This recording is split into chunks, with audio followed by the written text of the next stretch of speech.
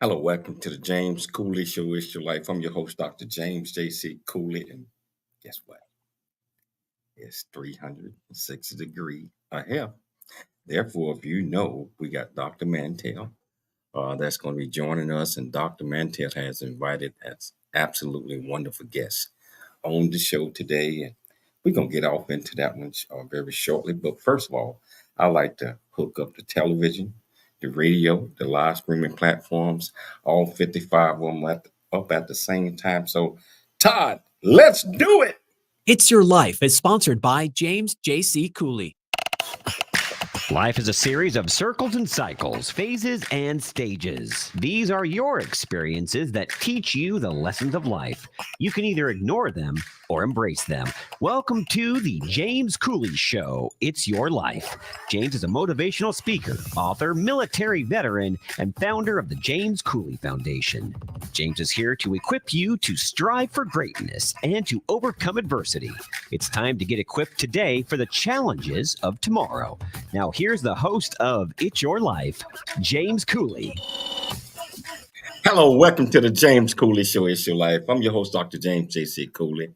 And today is Wednesday, and everyone knows that Wednesday is 306 degrees ahead. And I look forward to today, but today is Tuesday. I got Dr. Mantell Tuesday and Wednesday. So we got a number dose of the doc. But anytime that we can get to 306 degrees ahead with this great man, it's an absolutely wonderful pleasure. How are you doing today, Doc? I'm doing fine. Thank you very much. So this week, we have 720 degrees of health. Absolutely. And my math is pretty good. I'm impressed. It's so good to be here twice. My goodness, especially with our guest today and with the wonderful and lovely executive producer, the brains behind this whole thing, Dr. Michelle Cooley. There you are. Well, hey, Doc, we can't even start. We can't get nothing started without her giving us her blessing. So how you doing today, Dr. Cooley? You are blessed. I am doing great. And yes, we are excited to have this guest back on the show. We are most excited to have Dr. Michael Mantell as our guest co-host today. An audience, you are in for a treat. Whatever streaming platform you are seeing the show on, please send in questions, please provide comments, and just be part of the show. So we're really excited. And they can pick up the phone and dial the radio station at 1-888-344-1170. Again, that's 1-888-344-1170. Hey, Michelle, I'm excited about the show. Can you go ahead on and introduce the title of the show? Now, I did not let it out the bag this time. No, he didn't. Also introduce the purpose and introduce this absolutely a great returning guest. Oh, most definitely. So it's 360 Degree Health Day. And the title of today's show is Mindful Self-Awareness, the key to optimal wellness and performance. And we have back on our show, George Pitagorsky. He's an author, entrepreneur, learning development designer, consultant, coach, and technology executive. He's going to be talking about what is self-awareness, what performance means, why self-awareness is important, and how to cultivate self-awareness. So George's work is to enable people to eliminate unnecessary stress and attain optimal wellness, relationships, and performance. His approach is practical and adaptable. He brings over 50 years of study and practice of yoga, mindfulness, meditation, Buddhist, and non-dual psychology applied in daily life as an entrepreneur, learning development designer, consulting coach, technology executive, spouse, parent, and grandparent. He offers individual, team, and relationship coaching, consulting, and speaking services. He has authored 5 books, articles, and workshops on mindfully managing projects, performance, work-life balance, relationships, conflict, and expectations. His latest book is titled The Peaceful Warrior's Path: Optimal Wellness Through Self-Aware Living, published in October 2023. It's a guidebook for applying concepts, tools, techniques, and exercises to sustain optimal wellness. So please welcome back to the show, Mr. George Pitagorsky. Hi, lovely to be back. George, it's always a pleasure. Great to see you again, and thank you so much for joining us once again. You were such a wonderful, informative, and helpful guest. In the past, we had to have you back. Well, thank you. I'm always excited to have you on, George, because the knowledge that you display to our viewers and our listeners, especially when it comes to mindful self-awareness, because people still trying to get that language in when they say, what is mindset, or what is mindful? Can you tell our viewers and listeners a little bit about what that is? Yeah, so let's start with mindset, which is basically the quality of how we see the world, in effect.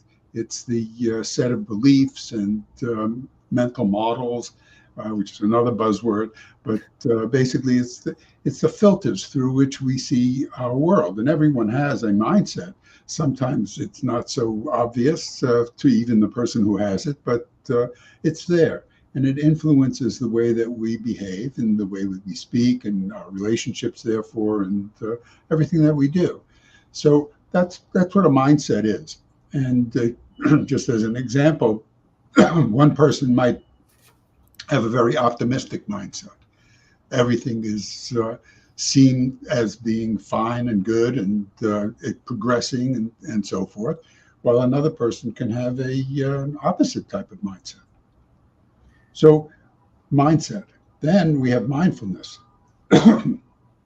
Mindfulness actually contributes to one's mindset because it's the capacity to step back and consciously observe what's occurring both internally and externally. So mindfulness is a quality that everyone has to one degree or another.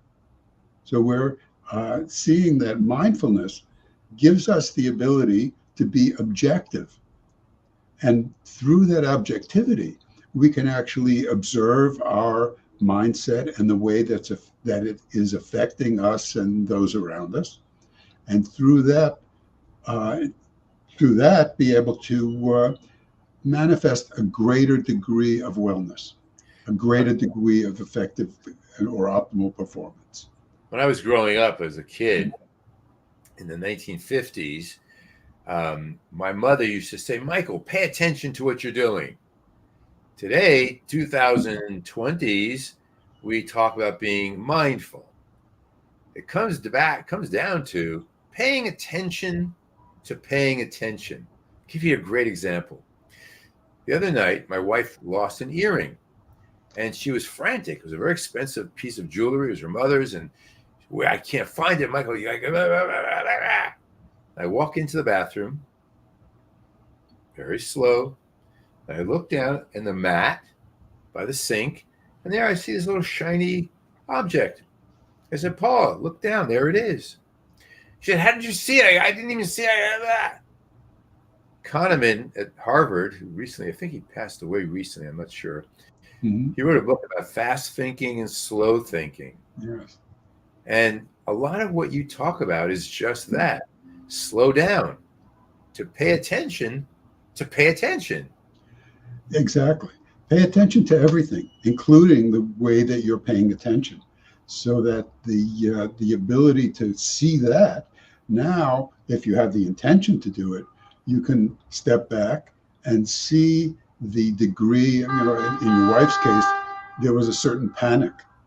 There was a certain degree of reactivity that blinded her to whatever was going on around us. So what gets in the way? What gets in the way of most people, the way they drive or the way they're walking or whatever it is they're doing when it comes to creating greater self-awareness? Well, I think one of the primary things that gets in the way is a lack of valuing that quality of mind. So that's one thing. Once we value it, we can start doing something to cultivate it and create more of an understanding and acceptance of it. But then there's also conditioning. Do you think we should be teaching that to children in elementary schools? Absolutely. Absolutely. I had an experience actually teaching that to third graders. And it was, for me, it was an eye opener because I realized that these children not only could understand what mindfulness was, but could actually start to make use of it in their own experience.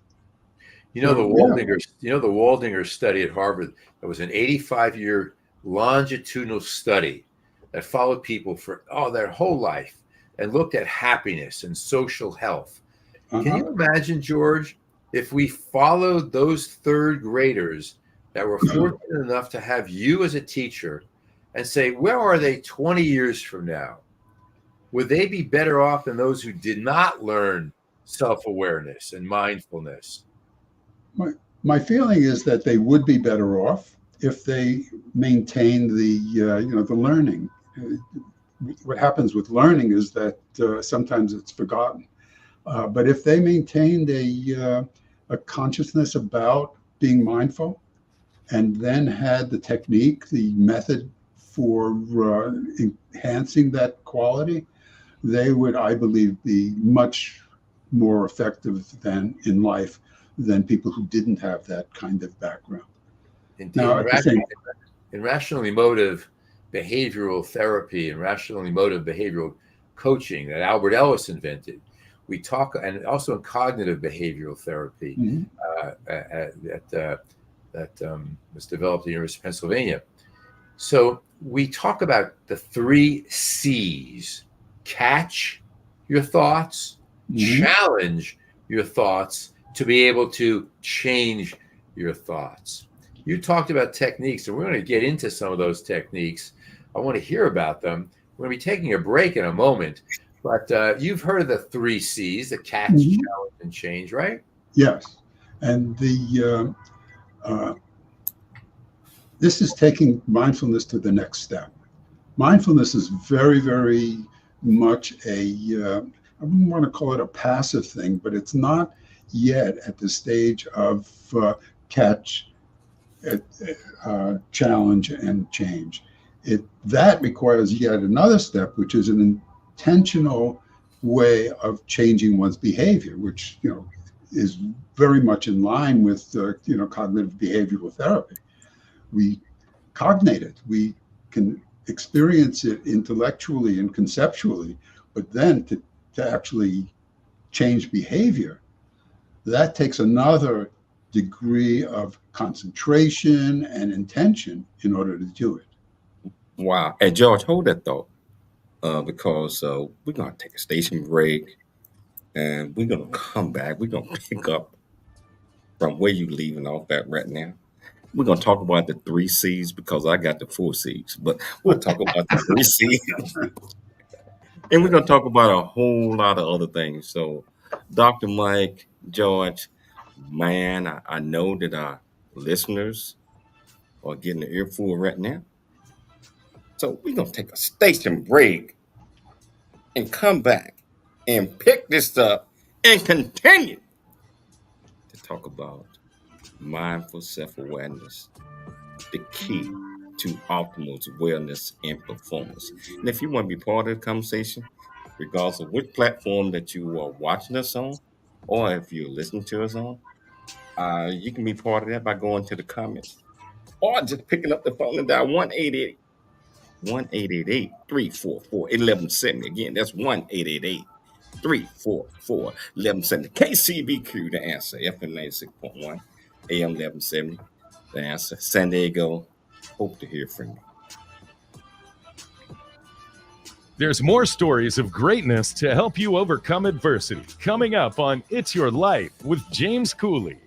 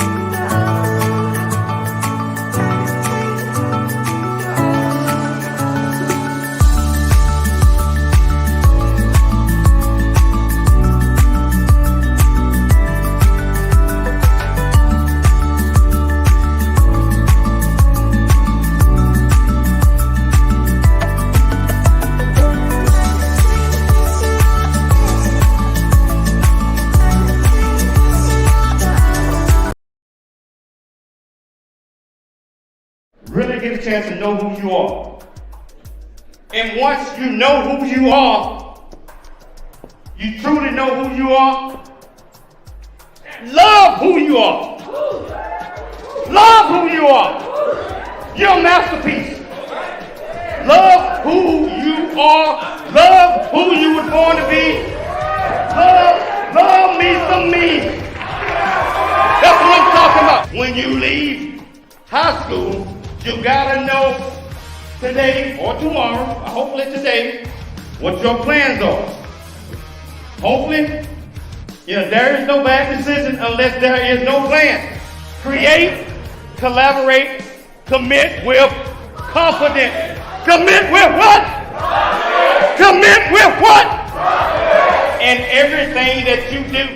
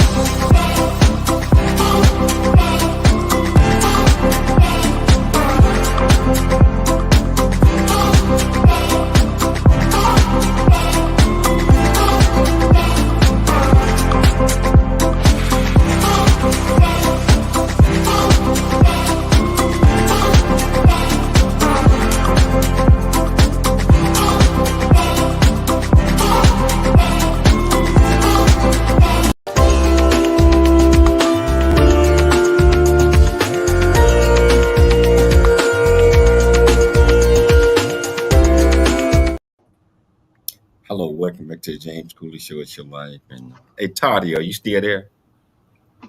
Yes, sir. Wow. Hey, Todd, we just went over Milestone today.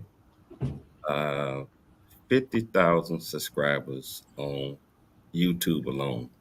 Man, I thought it was going to take another 10 years for me to get that. Congratulations. Hey, what I'm trying to say is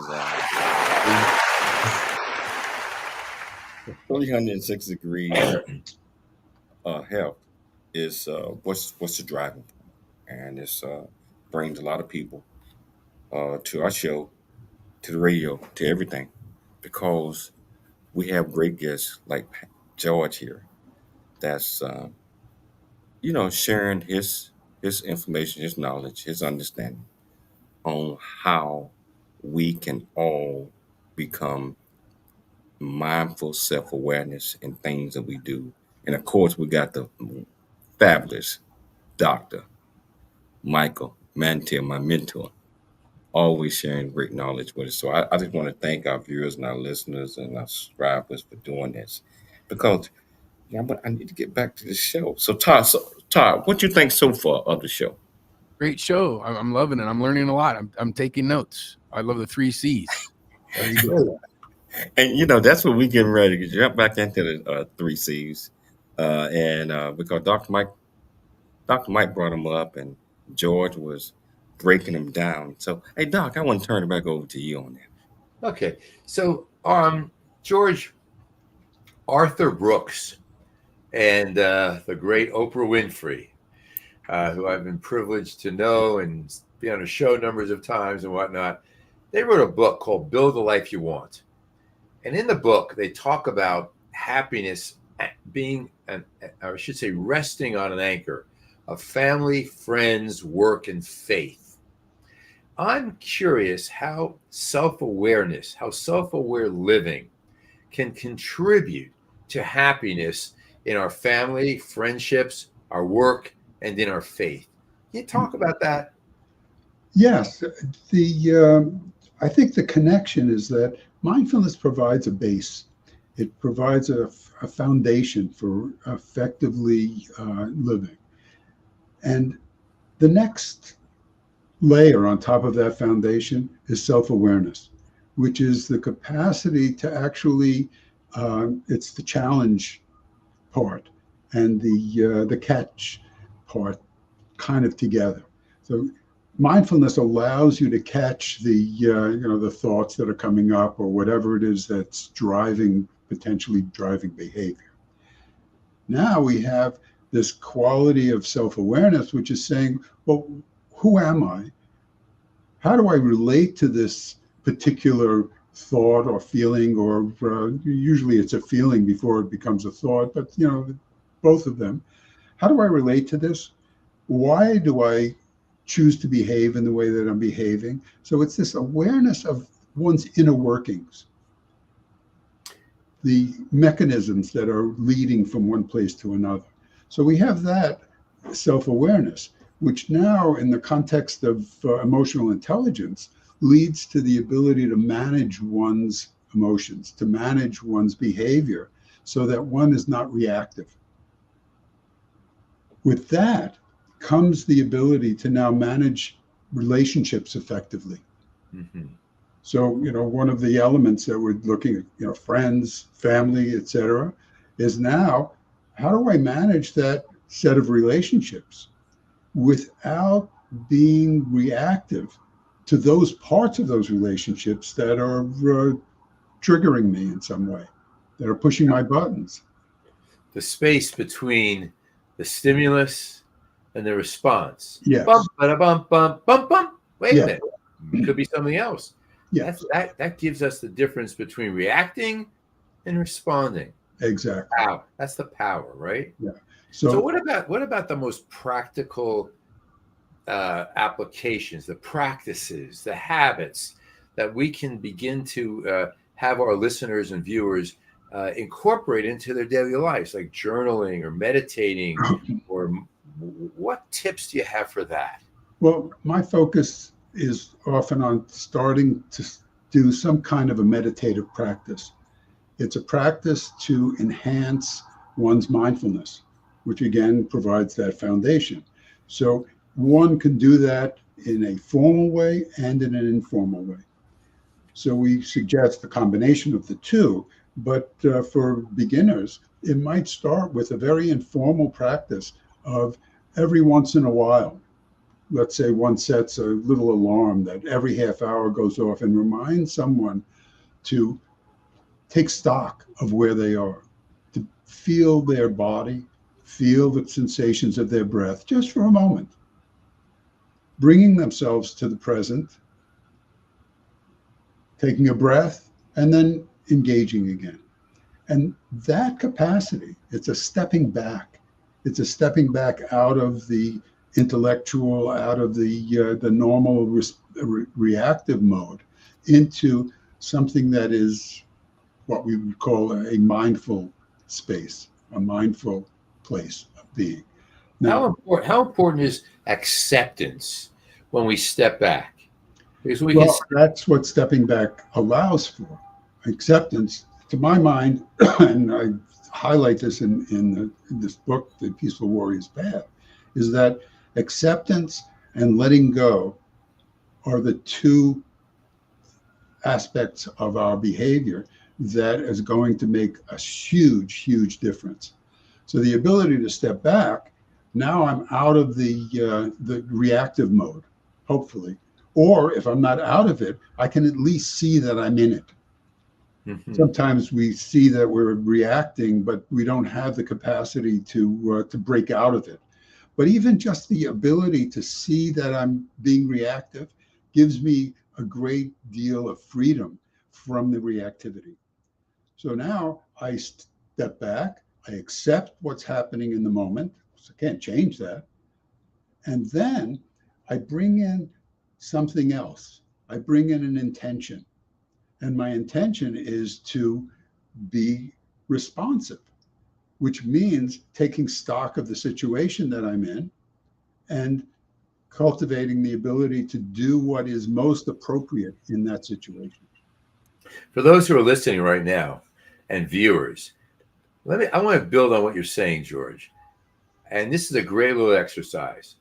If you can right now, pick up a pen or a piece of paper or anything, little thing between your thumb and your forefinger, and hold on to it. And now look at the other three fingers. See, you're not letting go. You're holding on. You're holding on to something, and you're restricting, you're limiting your ability to do much else with those three fingers. Now, drop what you've been holding on to, let go, and then you have your whole hand to be able to move and impact and drive forward.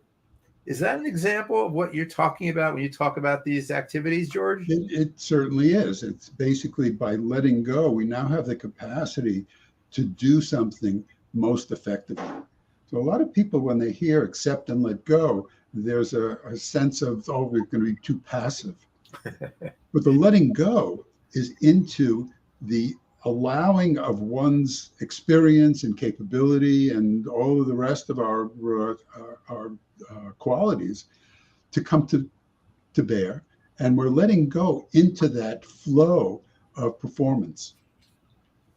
And when we do that, we can perform far more effectively than if we're still holding on to the pen and we only have 3 fingers instead of 5. How do you practice mindful decision making? Something you speak about and coach about and lecture about and write about.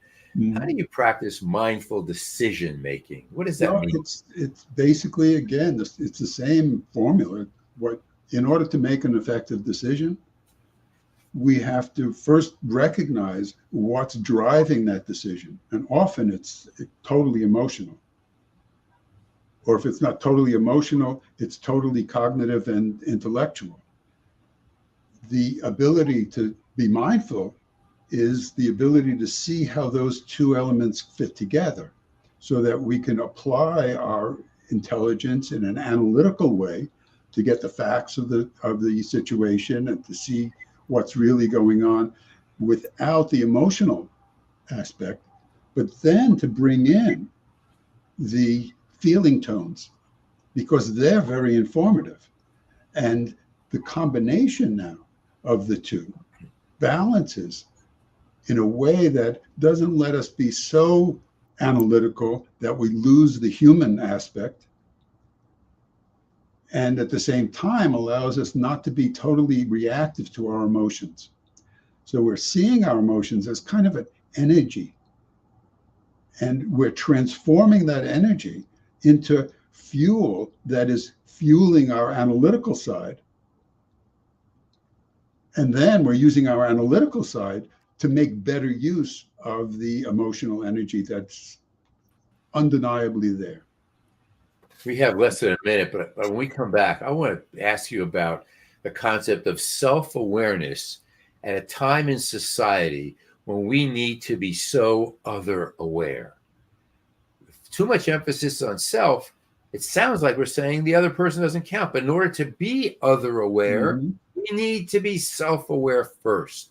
I'm going to turn it back to our wonderful host, Dr. J.C. Cooley. Well, you know what? This is an extraordinary conversation.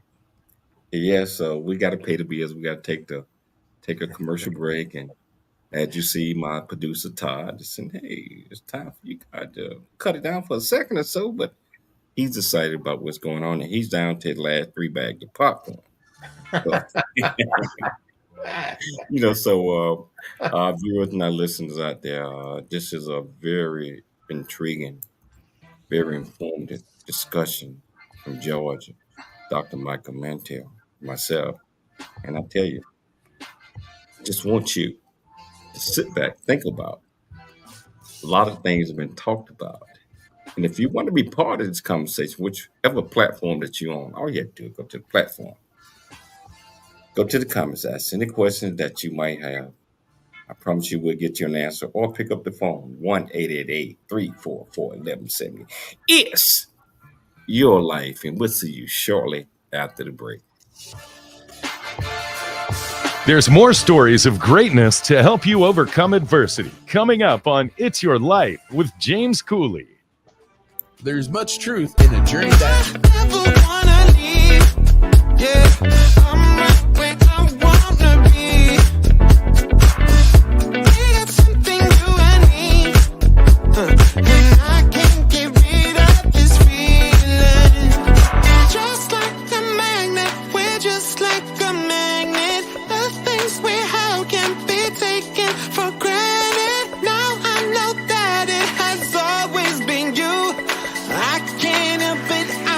drawn to you.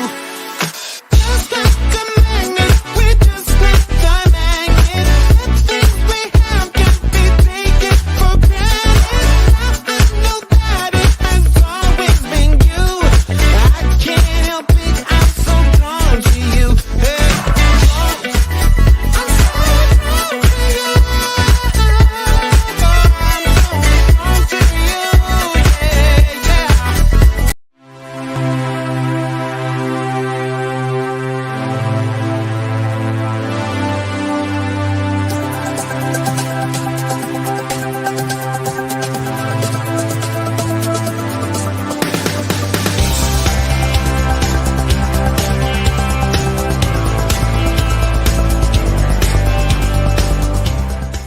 Hello, I'm Dr. James J.C. Cooley from the United States of America, and I am here to just say, first of all, I'm so happy and honored to be honored to be in the Coffee Book 2023, Unified Brain Z, and the other organizations. Thank you so much for giving me an opportunity to be a part of this collection.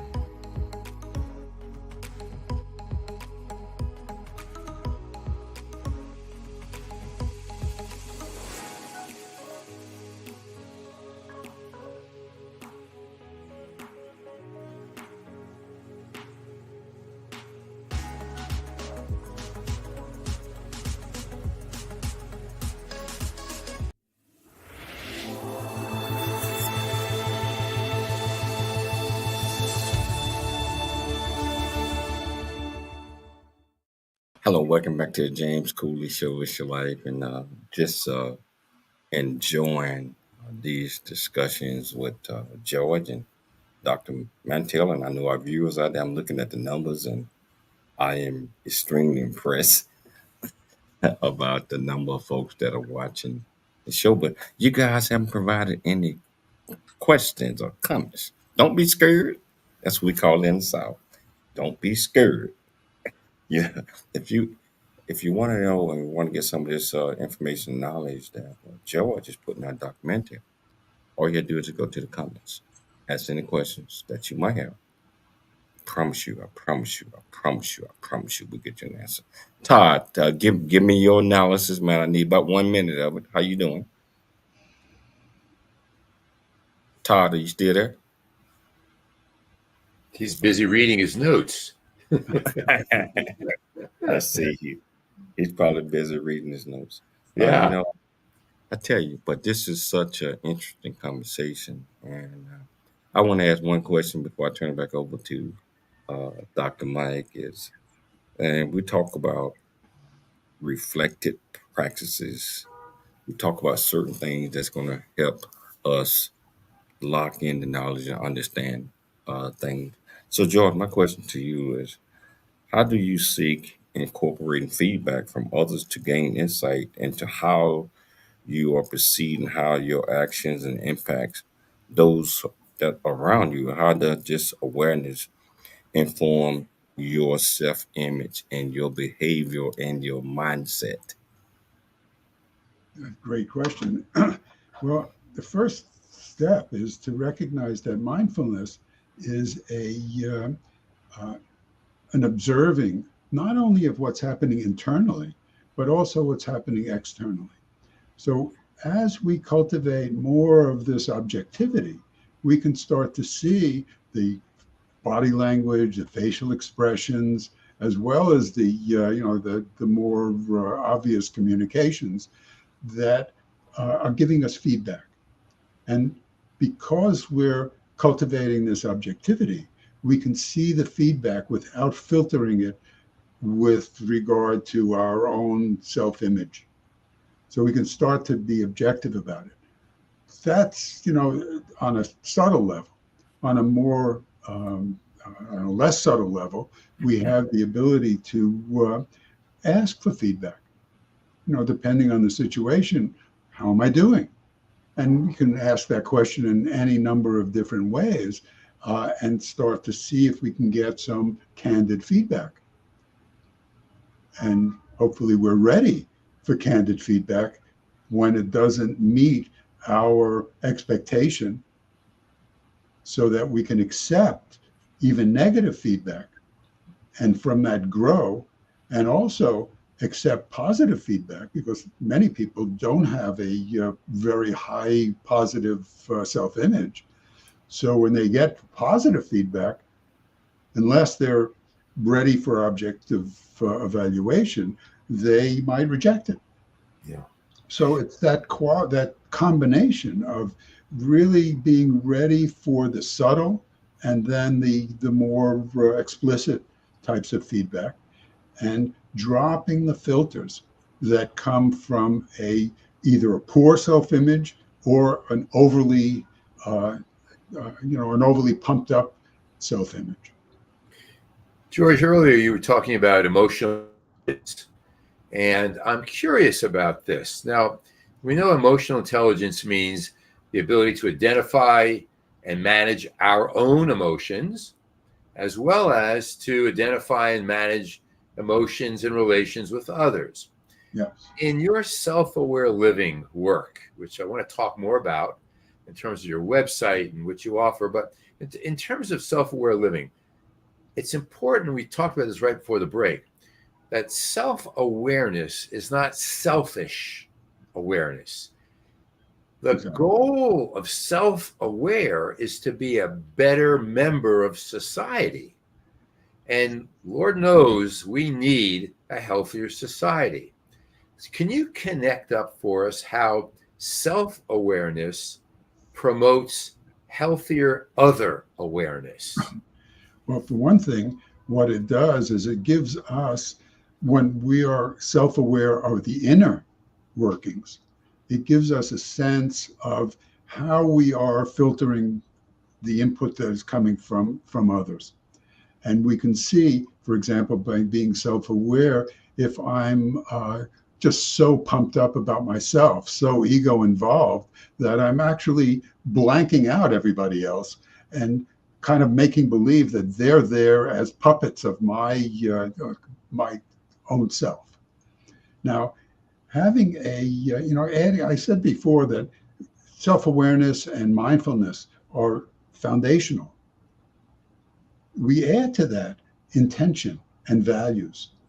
Mm-hmm. So if one has the intention and values of being compassionate, kind, servant-oriented, then the self-awareness is giving us the capacity to see where we might be falling short in the accomplishment of those values and intentions. On the other hand, there are some people around who don't have those kinds of intentions and values. They can also be self-aware, but because they don't have those values, they might be using their self-awareness in a manipulative way. Right. So it's not a simplistic thing of generate mindfulness and self-awareness, but we have to add to that the values and the intentions. And then based on that, we can behave in a way that is going to manifest those. This is what real mental health is all about in our society today. It's not one-off sitting around talking about what your mother did when you were 5 years old. And it's time that the American Psychological Association, it's time the American Psychiatric Association listen to people like George Pitagorsky and understand this is a societal issue. We need to embrace law enforcement, faith communities, schools to teach self-aware living. George, and to teach values. And teach values. And to teach the kind of values that are not overly rigid in some way. We have some basic values, but they get distorted through any number of institutions. We have to really guard against that that type of thing, because what we find is that when we become rigid about these kinds of values, it leads to discrimination. It leads to all sorts of negative end results. So what we do is we, cultivate this quality of being able to step back and not be so driven by the desire to eliminate chaos and uncertainty. We allow for the understanding that this whole realm of social, the ability to have a society that recognizes interdependence and interconnection. In order to have that, we have to have values that support or are supported by that kind of understanding. Certainly, the more we organize our thinking, the less we agonize. The more we organize, the less we agonize. And I feel that the idea of teaching this to youngsters, but I'm all for integrating the major organizations, the law enforcement, faith communities, schools, working together and saying, let's sit down and talk about how we can bring this to children. There's that aspect. There's also an aspect, and I think that's very, very important. We want to create that quality of understanding in our children. But there's also the need. You talk about faith communities. There are faith communities that are very much in keeping with this kind of teaching. And then there are other faith communities that are not, that are so rigid in their understanding that they, in effect, don't recognize the validity of other versions of faith, where my understanding and the teachings that I've had indicate that you have many, many different ways to get to the base of human understanding and healthy living and being able to live in an interconnected, interdependent world. Wow. I just sitting at this, listening to this great conversation, but society, depending on where their hearts are at, talking about the powers that be. No one want to talk about the elephant in the room or anything like that. But how do we get folks to pull away from everything they see on TV or whoever they're following politically is correct, and that's what they're going to do, and their mindsets is already locked in on that, and they don't want to grow because they're in a culture where this person said this, therefore he or she is right. It's kind of like take me to the thing. Take me to your leader, whoever is the leader. That's where they want to follow. What word or advice would you give people that's locked in? Well, and they don't understand that we all bleed. We all. If you cut yourself, blood gonna come out. If you do this, it's not just because one person is superior to others. We got like a minute and a half before the show. Before the break. Can you talk about that a little bit? Yeah, I think that it's actually, I'm writing an article at the moment. I don't know if I'll publish it, but it's about politics and division. And in it, I have come to a conclusion that there are some people who are so bound up and identified with their version of the truth that nothing will break through except for lightning bolt coming from the sky. And one of the apostles got struck by lightning. I think it was Paul, and he had this great awakening. But another person might be struck by lightning, get up, and just continue to collect taxes or do whatever it is that they were doing to start. So the answer is to find the people who have a glimmer of open-mindedness. Because as long as one's mind is closed, no matter what comes in will be bounced off and eliminated as a possibility. Wow. And hey, viewed Joe, even as something that's evil. We got to take a station break right now, but Dr. Mike, I want to come back and pick it up from there, and you're going to have it. Okay. So I tell you, such an interesting conversation. That's why we brought George back on, because we already know what he brings. And I tell you what, if you want to be part of the conversation, all you have to do is go to the platform that you're watching us on or pick up the phone and call the radio station 1-888-344-1170. And I'll tell you, we'll get you an answer. It's your life, and we'll see you shortly after the break. There's more stories of greatness to help you overcome adversity coming up on It's Your Life with James Cooley. The J.C. Cooley Foundation is a nonprofit organization that was started in October of 2014. The J.C. Cooley Foundation continues to strive to expand its programs and offerings to the youth, young adults, and citizens of our great communities nationwide and overseas. We hope that you'll be able to take part in one or more of the many exciting events that we're offering this year and experience firsthand the pride we take in supporting our cause. It's our mission to equip the youth of today for the challenges of tomorrow. And we rely heavily on the generosity of individuals and business owners for support. Without the assistance of community-minded individuals just like you, we wouldn't be able to serve our youth each year. We ask that you make a commitment to support our annual appeal by making a cash donation. This year's goal is $50,000. Your generosity will assist us in making a difference in the lives of the youth in our community.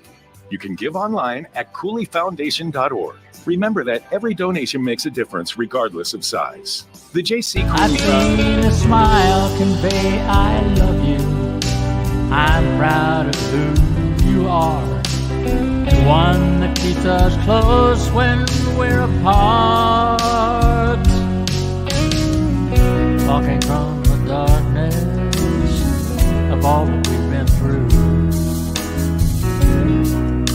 It seems that there might be a way to leave behind the loneliness we've known and live again a life of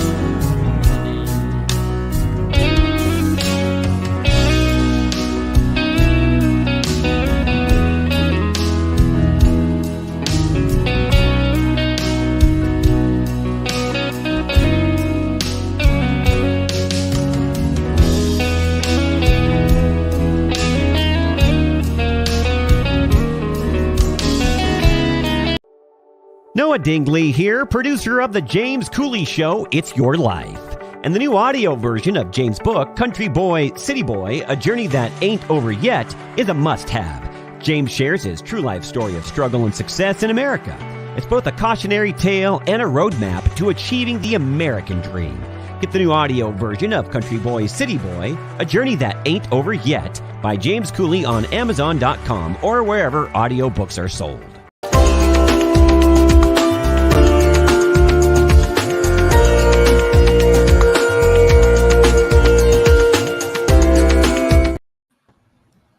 Wow. Hey, Todd, are you there?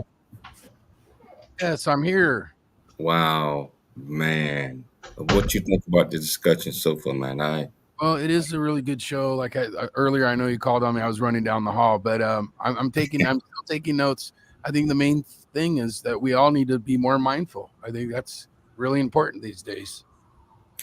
I think we need to be more mindful, and we also need to be more independent, meaning independent thinking. Not saying just because you support somebody or that person, whatever that is, that they're right about everything, and you do not have a mind because you blind. Yeah, you completely blind, and whatever that is. So I want to pick it up with that. Dr. Mantell, we got about 5.5 minutes left in the show. Right. I want to pick that up. What are your thoughts on that? Well, I'm going to be talking about this tomorrow when we do 360-degree health again. But I just want to talk a little bit about the idea of self-rating.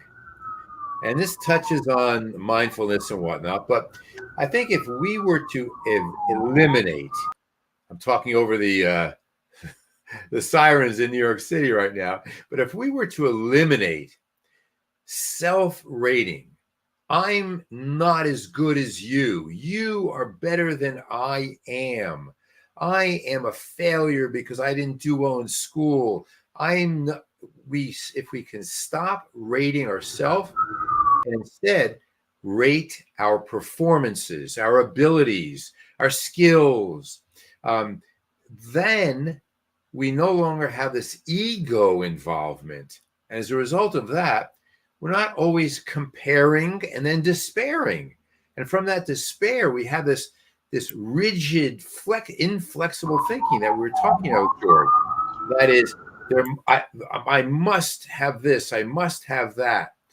And that gives us a chance to like develop a little bit of awareness. And I should say, build greater awareness and other awareness and social and emotional intelligence.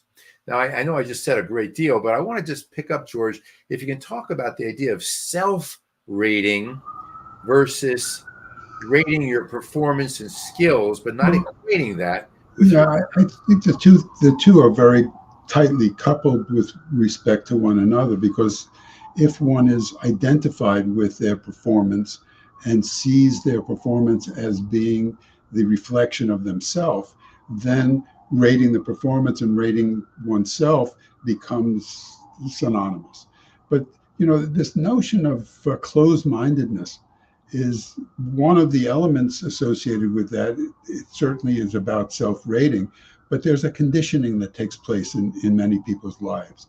And that conditioning leads them either to be open in mindset, they're of a mindset that says it's okay to be less than what I would want to be.